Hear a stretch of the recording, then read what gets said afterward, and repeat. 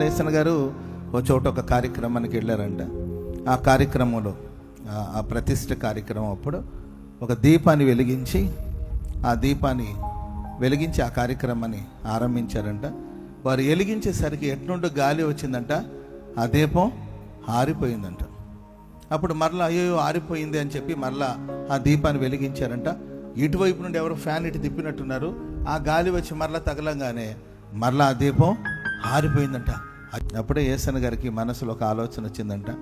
మనుషులు వెలిగించిన దీపాలైతే ఏదో ఒక సుడిగాలిలో కానీ జడివానలో కానీ ఆరిపోతుంది. దేవుడు వెలిగించిన దీపం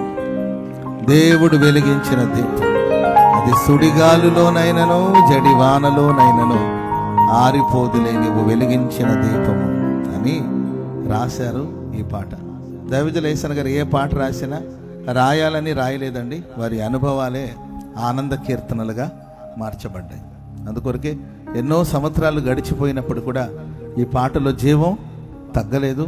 ఈ పాటల నుండి పరిశుద్ధాత్ముడు పక్కకు తప్పుకోవట్లేదండి, అట్లాగే కూర్చుండిపోయాడు ఆ పాటలో.